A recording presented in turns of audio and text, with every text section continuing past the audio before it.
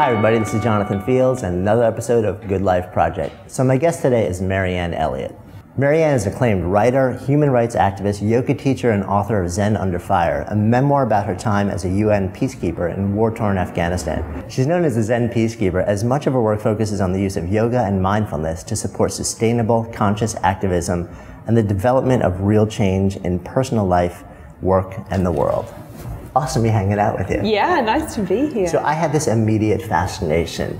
You have spent time in Gaza, in East Timor, in Afghanistan. You seem to run into places that the rest of the world runs from. It's true. What's that about? Where does it come from? It's a very good question, and I've spent a lot of time asking myself. A lot of therapy, right? No, I know. I'm like, wait, I'm sure I saw this before. No, I think two things. One is I've always been extremely sensitive to other people's suffering, and I think there's two ways to deal with that. If you are if you have a strong capacity to feel the suffering of other people, one way that you can deal with that is to try and avoid coming into contact with that, which I find is impossible because you'll find it anywhere. And then the other way to deal with it is to find a way to be of service in relation to their suffering. And for reasons that I'm not entirely clear on, that experience of being really sensitive to other people's suffering was never limited to those who were geographically close to me.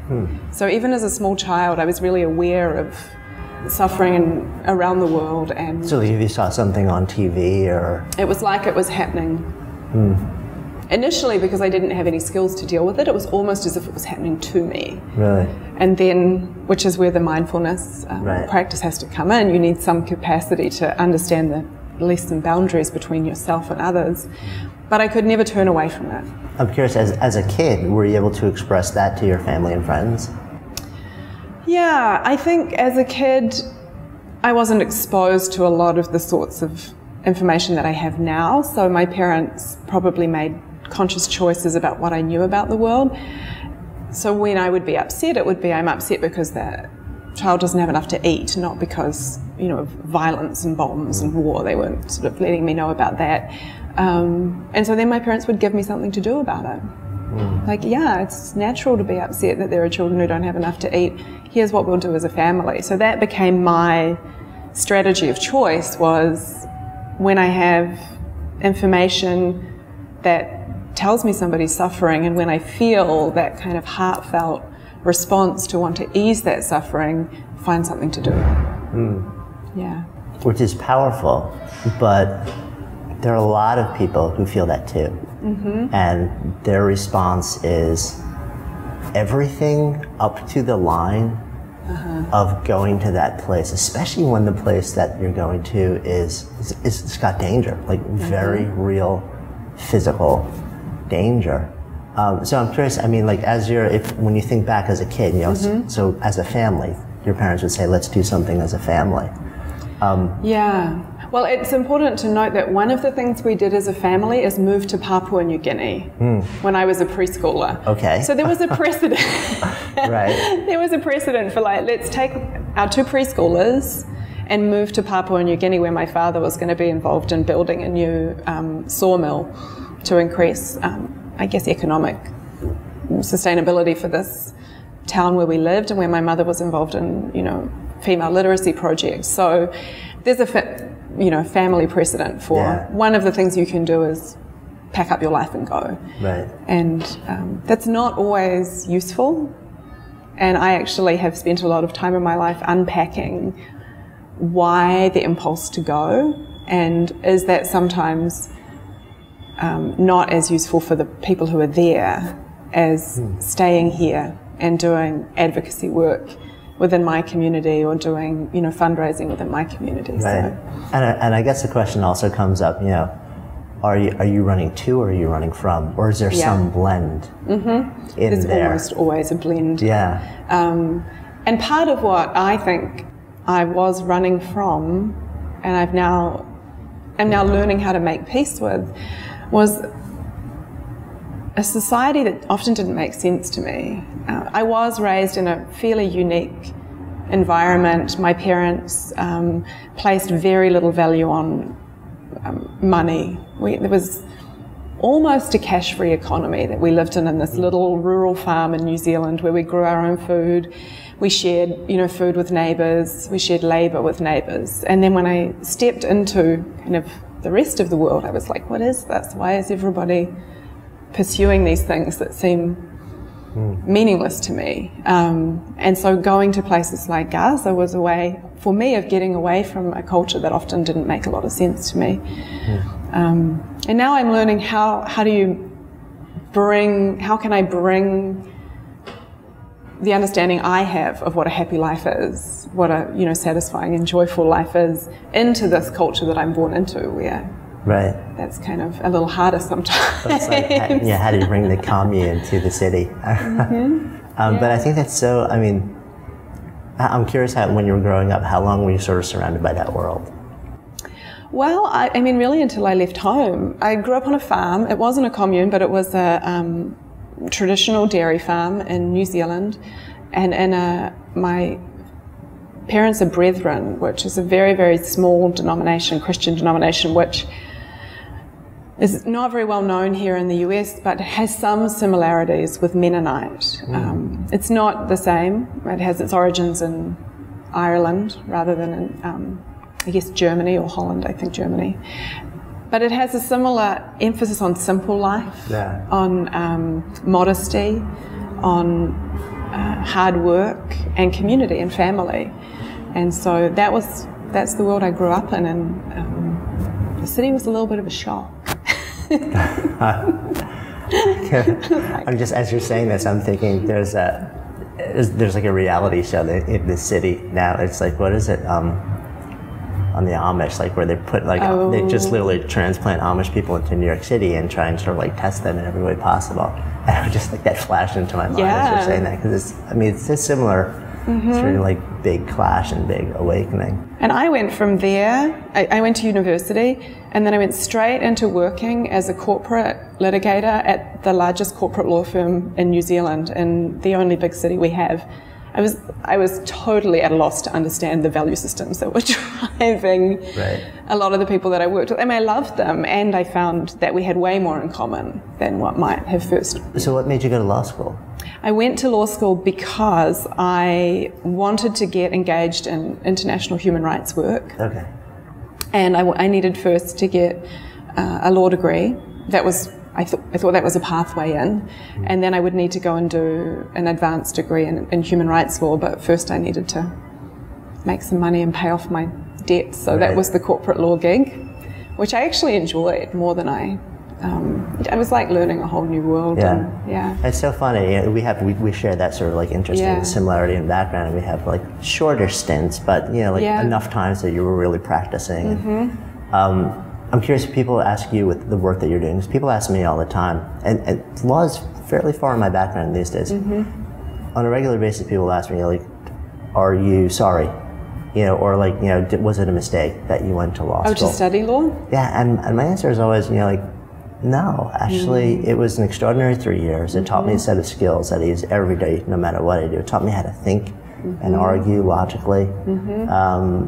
It was a lot of money. That was it cost them 3 years to do it, but I have no regrets about that. I mean, in what you do you find that it taught you things that you use on a regular basis? Yeah, absolutely.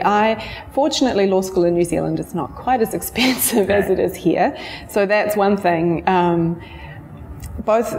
I went to a radical law school. It was brand new. I went to the first year it opened. It was run by a woman who was the president of the Labour Party, and it was set up to be a bicultural law school. So in New Zealand we have an indigenous culture, Māori, and this law school was set up, the first law school ever in New Zealand, to try to be bicultural, so to teach indigenous Māori law alongside the sort of Westminster colonial law system that had been put in place in New Zealand. So it wasn't your average law school. And there was a kind of an irony for me, because I chose that out of integrity. It felt like the right place to be. It felt like the right way to be thinking about law in New Zealand. And a lot of people said, oh, you'll never get a job with a degree from this new radical lefty law school.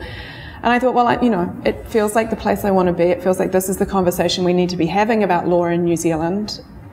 I graduated and was headhunted by the biggest law firms in New Zealand, because the year that I graduated was the year that the government started negotiating the settlements with the tribes of New Zealand for their historical claims under the treaty that founded New Zealand. And so suddenly the biggest law firms in New Zealand wanted to get the tribes as their clients. And they had nobody on staff who knew anything about Māori culture, Māori language, or Māori law. So it was like just a very interesting lesson for me to learn early in my career, which is that you can make choices that are in alignment with your values. Right. And people will tell you, oh, that's a really impractical choice to make. But that you might be perceiving where something's moving before people even know that it's moving there, and that you should trust that. Yeah. I mean, it's so amazing. So many people, I think, get that feeling, and then they walk away from it. They tune it out, or they just discount it as it's not logical, it's not rational, it's not the thing to do, rather than there's something going on inside of me. There's something that I'm perceiving. There's maybe there are 100,000 dots that I'm connecting a couple of years down the road, but your brain's like, no, that doesn't rationally happen. So just look at the data in front of you and make the decision based on that. But increasingly, I find that when you really tune into that and you listen to it, you end up making decisions that sometimes people don't understand today, but they end up being better decisions. At least for me. I can't speak for anybody else really, but and for those who don't know, also it's a fairly checkered history in New Zealand between the Maori culture and so this was big. I mean, it was a strong political statement to go to that school, and then also the beginning of this claims process was a very significant historic moment in New Zealand, and it has continued. I mean, that was 24 years ago. I'm like, that can't be right. No, it was nearly that long ago that I started law school, and this is ongoing. This is still a big issue, and it turned out it wasn't really where I wanted to spend the rest of my career, particularly not in the big firms, but it was a very strong reinforcement for me, like, make the choice that is true to your values, and that your inner guide is clear on, even if it doesn't make that much sense to other people. I mean, I'm just lingering on that because it's powerful. I don't want people to really hear that. So from there you spend some time actually practicing. You do the corporate thing, and then where do you go? I went from that job, which was fun. I was doing litigation, and in New Zealand in those days it still involved wearing a wig and gown to appear in the High Court of New Zealand. See, I never got to do that stuff. It's like dress up. So I got to dress up and go up to the High Court, but I always knew that it wasn't the right path for me. That environment. I wasn't going to be well and healthy for a long time. And another big lesson for me was when I announced to the partners that I was leaving, and that I was just leaving to go travel through the Middle East and see what I found. I can't tell you how shocking it was for me at the time that a number of the senior partners said, "Oh my God, you are so lucky. I wish I'd done that. I wish I had left when I was your age. Good on you." And it really broke my heart. And I said to them, in my naive youth, I said, "Leave now." And they said, "I can't. I have a mortgage on a big house, and I have a wife, and I have 3 kids in private school, and now it's not an option."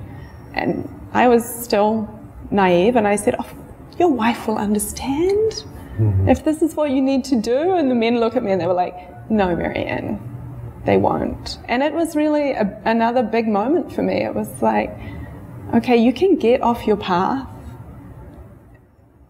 and then you can get yourself into a situation where you feel like you can't align yourself again. And to learn that, to see that in somebody else's life so early, and to know that was a choice I needed to like keep making over and over again to stay true to what mattered to me, was a really powerful lesson. And I still, you know, I still believe they could have made the change then, but it would have been that much harder. And I believe we can make a change at any point. It's never too late. But it does get harder the further away we get. No doubt. Yeah, absolutely. I mean, I didn't end up doing what you did, but when I left, it was at that really similar moment where, you know, they call it golden handcuffs, where I felt the golden handcuffs closing around my wrists, and I was saying to myself, okay, a couple of years I'll probably be married, maybe have a home, have a kid, and if I stay in New York City, that lifestyle can get, you know, costly, and if I build it around the assumption that I'm going to, you know, continue my career this way, then yeah, it's very likely I'll feel like I'm never going to be able to leave this, you know, until kids are out of college or something like that. And so one of the reasons I walked away when I did was because I was at that similar point where I said, like, if I stay in a little bit longer, I can feel the cuffs closing around my wrist. And and what's interesting, and I think you probably feel the same way, is I don't knock the practice of law at all. No. I worked with some of the smartest, most creative, innovative, you know, like noble, hardworking people on the planet, and they loved what they did. A lot of them. It just became clear that it wasn't my path. Yeah. You know, and once you see, I think when you see what's starting to happen, you know, with the cuffs closing, at the same time you awaken to the notion that, oh, you know, you may have the job that so many people around you is like, it's the plum job they want. But if it's not what you want, it just, and if you're not aspiring to the thing that it promises, it doesn't matter. You know, and I agree, I do think it is possible to change at any point, but the further into life you get, the more complex that you know, the choice becomes, and then the process. You know, instead of, you know, when I left, I was making a great salary, so I saved up a bunch of money for 9 months. And then I left, you know, whereas if I was 5 years, 10 years down the road from there, it might have taken me 5 years to actually do it. But it's doable, but it's just, I interviewed a guy in the first book that I wrote who was an orthopedic surgeon who is now a coffee plantation owner in Kona, Hawaii. It took him 20 years to make that change because nobody leaves medicine. Yeah. But so it was a longer process, but it was doable. Yeah, you know, it's just, you have to kind of like own the fact that this is going to unfold over time. And you have to know what you want. And you have to know when something feels right and when it doesn't. Yeah. And for me, and this is, you know, people have different ways of this, but for me that means you need to know yourself. And that's where yoga and mindfulness is so important to me, because yoga is a practice and mindfulness-based meditation practice for me is a way daily, hourly, on a minute-by-minute basis of actually noticing, oh, that's what I'm feeling now.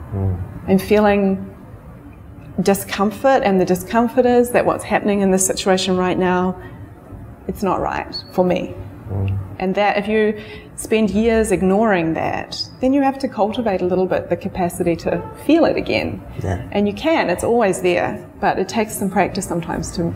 Yeah, no, completely. We both have mindfulness practices too. And it's made me so much more in tune on any given day with myself, and also with what's happening in the world around you. I found that it allows you to see a lot of things that you didn't see. Yeah.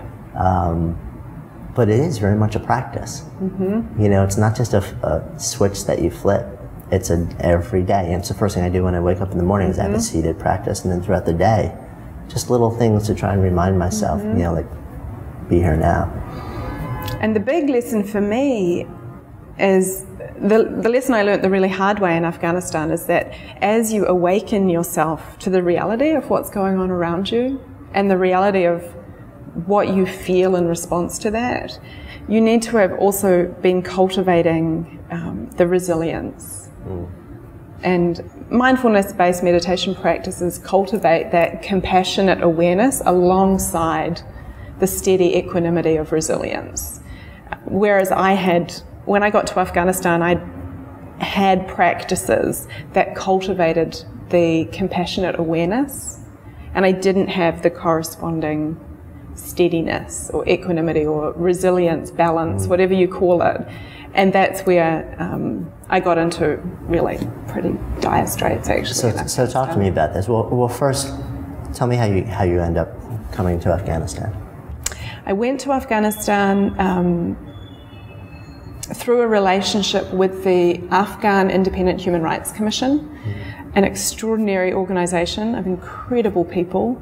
They've recently been through significant changes. The political situation in Afghanistan right now is very, very delicate, and it's not. The president doesn't have, I think, doesn't feel the same confidence in his ability to support the Human Rights Commission to do the bold work that they've been doing for the past 10 years. But when I went there, it was through a relationship with the Afghan Independent Human Rights Commission and the Chief Commissioner, Dr. Seema Samar, who's a woman.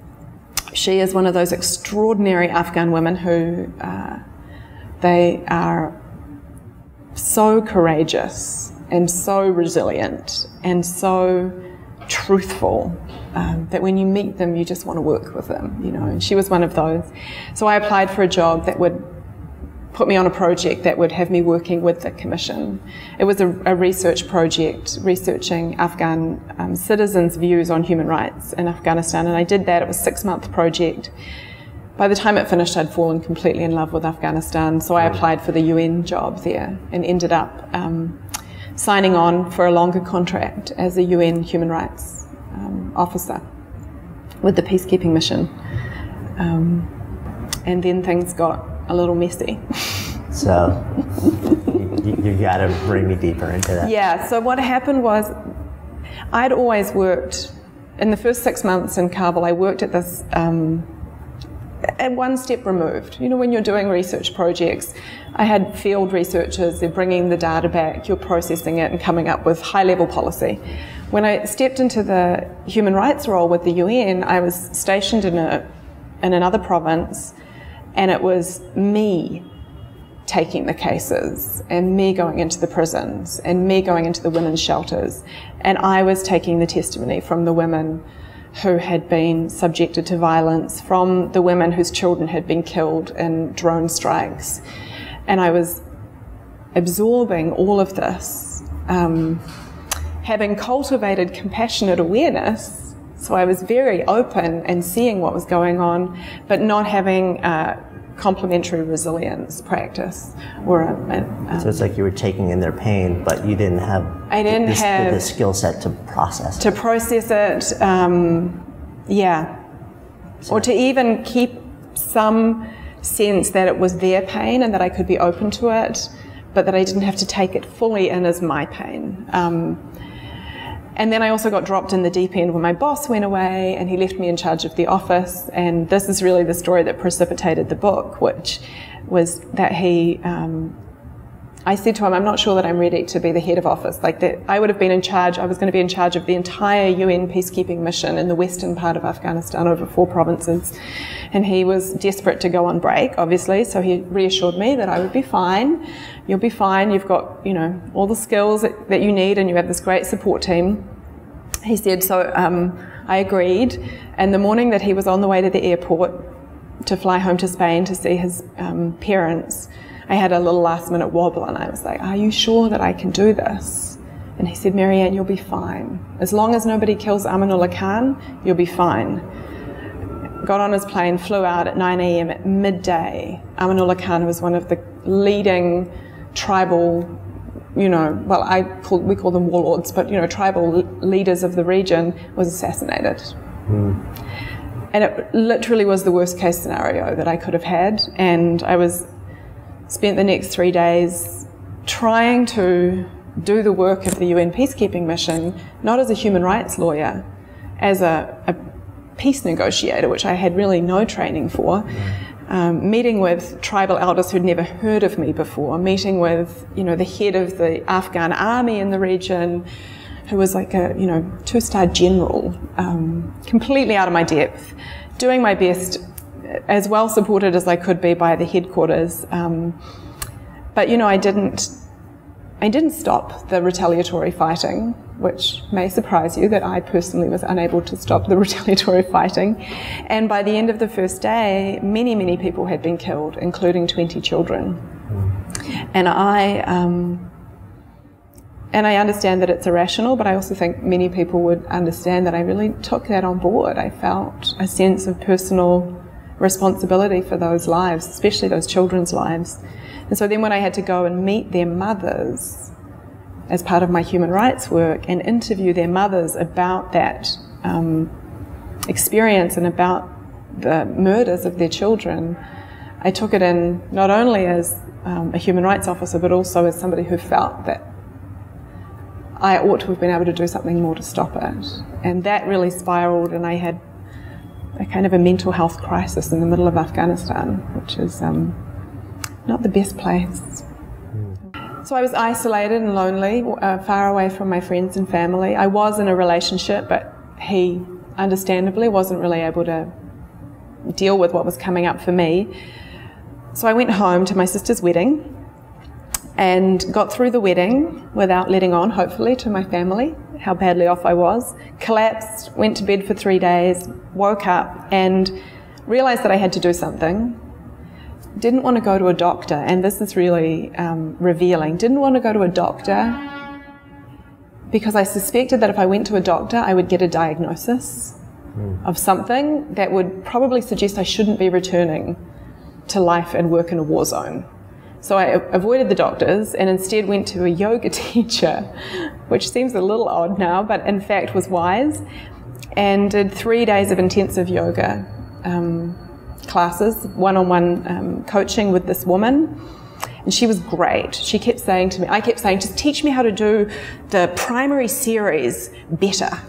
Because I think if I could do the primary series better, I would be able to process, you know, my feelings. And she was like, okay, we'll do some of that in the morning, and then in the afternoon we're going to do something called restorative yoga. And then in the afternoon she would just basically make me lie down and cover me with blankets. And I was like, what is this? I'm not doing anything. And she was teaching me that I needed to stop. I needed to give myself time and space to soften, to feel what was going on, but also to just rest. And in the rest, things could be processed. So she was very wise. And I went back to Afghanistan with these tools. She also gave me a recorded CD recording of a guided meditation. And I just started practicing for 21 days. I thought I'll do 21 mornings, and everything started to change. It was incredible to me. I thought, well, you know, Afghanistan hasn't changed, and my office hasn't changed, and my living environment, which was relatively uncomfortable and difficult, hasn't changed. And really all that I've changed is this like 20 minutes every morning. But it really shifted things in such a profound way that I changed my whole life around it. Yeah. And I guess to a certain extent also it must have opened your eyes to the understanding that of the trauma that happens not just to the people that you're there to serve, but to those who are there to serve those people. Yeah, that's a big piece of this. That one of the areas that I'm passionate about working in now is providing support and training and awareness and compassion and resilience to people who do this kind of work. Because one of the things that I know I did, and I think it's common when you're in service work, is you deny yourself the right to struggle. You say, why am I struggling? Look at me, I have a great job, my family is safe back in New Zealand. This woman who's sitting in front of me has lost her home, lost her husband, lost her 2 eldest sons, and has nowhere that she can feel safe. She has a reason to struggle. I have no right to. And that sort of denying your own human reaction and response to another person's suffering, and even to the, like you say, the vicarious or secondary trauma that you're exposed to, meant that I didn't give myself the time or the space to feel it. And we all do that, I think, a lot of us. And you don't have to go to Afghanistan, obviously, to be exposed to that kind of trauma and suffering.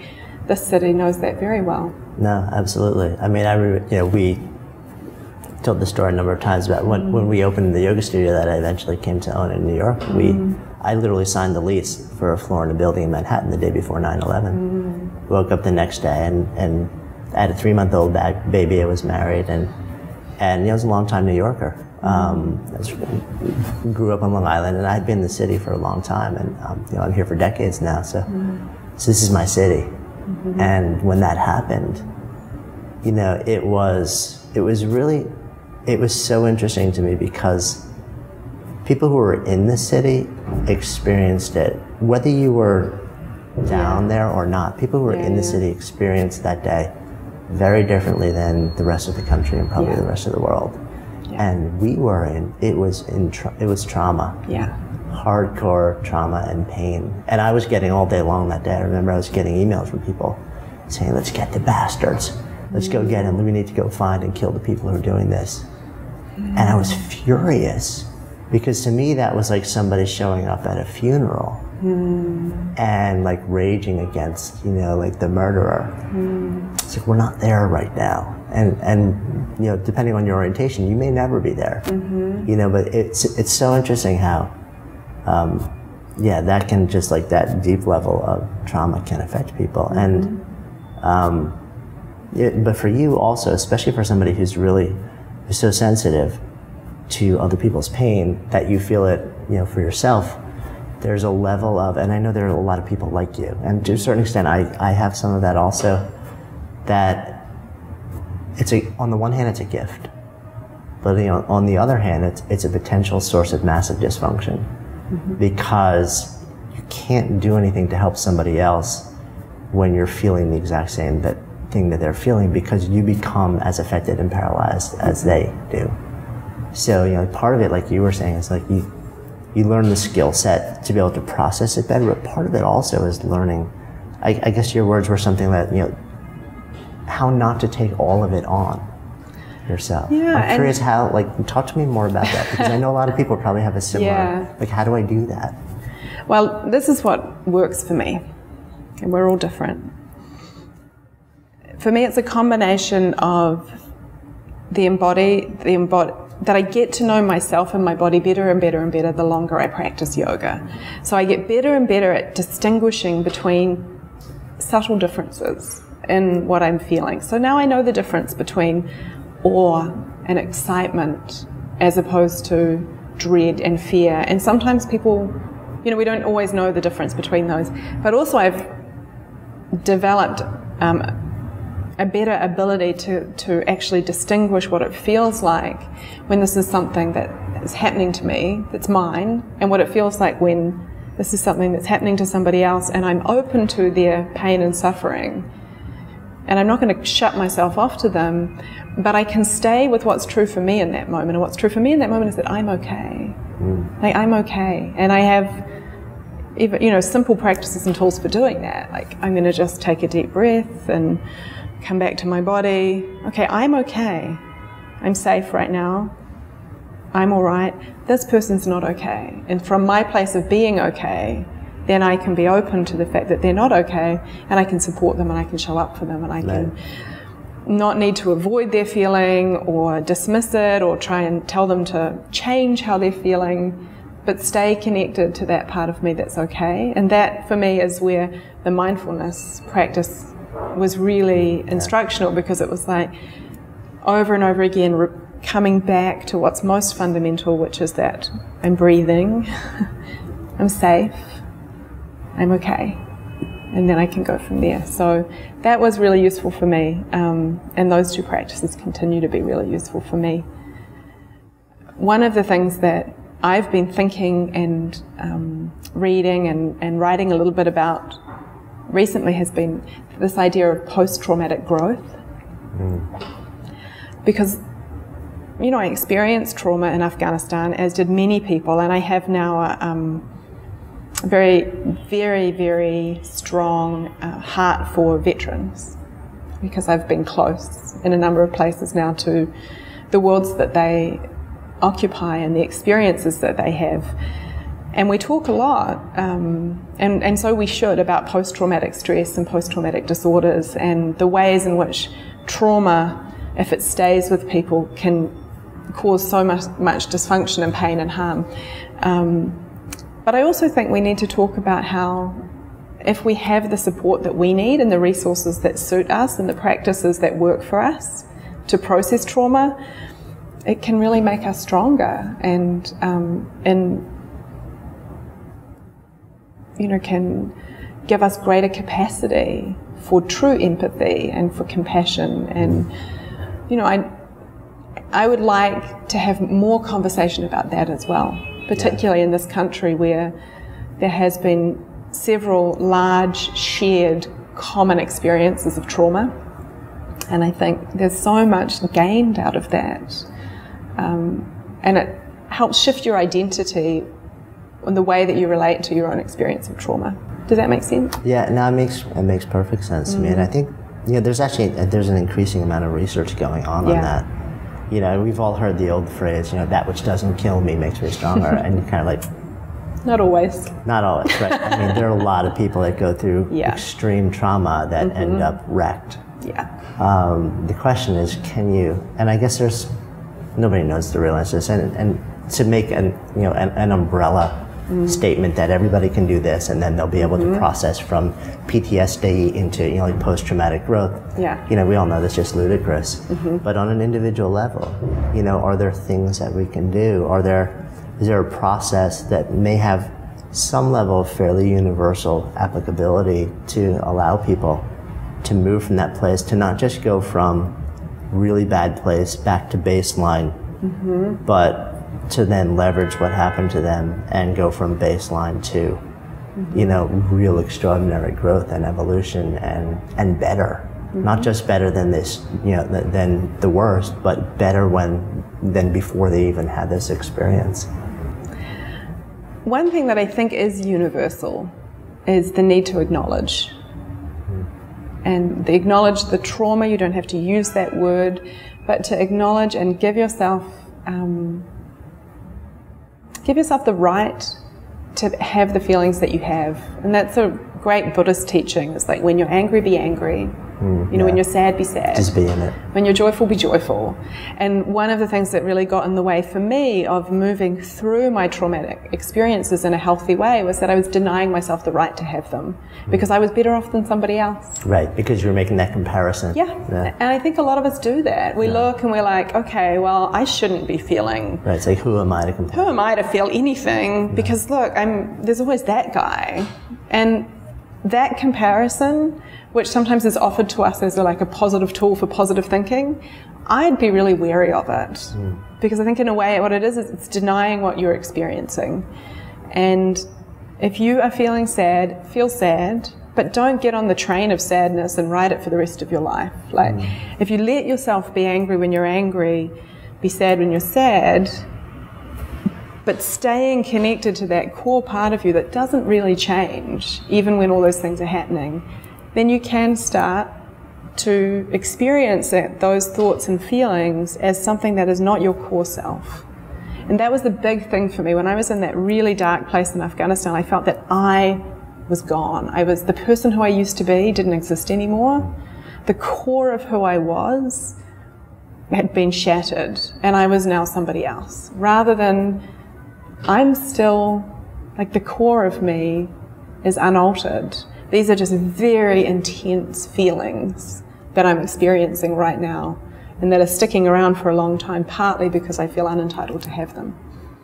So that first piece around acknowledging and giving yourself just the space, giving yourself permission to feel what you feel, seems to be quite universal. And then the kind of support that will help you process what you feel varies from person to person. Talk therapy works with some people. There's a study that came out of Harvard University where they worked with a number of veterans with PTSD, and some people responded better to yoga nidra, which is deep relaxation. So, but I think the tools that will support people will differ, but the first step in all of them is the kind of, this is what I'm feeling, and it's okay. So many people, even if they're not in such a traumatic situation, we're just taught, especially in Western society, to just bury that thing. Like, you know, don't feel it. If you're bummed, don't feel it. If you're anxious, you know, like, do something to change the feeling. Rather than, Eastern thought tends to be much more, feel it. You know, it's real. It doesn't change who you are, but it's an experience, you know. And I think because a lot of that, like, the culture is sort of built around also practices that allow you to let go of it in a way that Western culture isn't. Yeah. You know, whereas we kind of assume that if we feel it, it's there for life. You know, and it's like, and we just have to live with it rather than, it's okay to feel it. And actually, the more you actually own it, if you also have practices in your life that allow you to just be with it and then move through it, let it go, then it becomes more okay to feel on that level. But we're not taught to experience things that way. And sometimes we're taught just one little piece of it. And that's a real passion of mine is, you know, that there's a package. You know, there's a package. And so to tell people, for example, oh, just let it go. You know, let it go. The Buddha says, let it go. It's like, well, you're not supposed to just be able to do that without a practice that supports it. So, you know,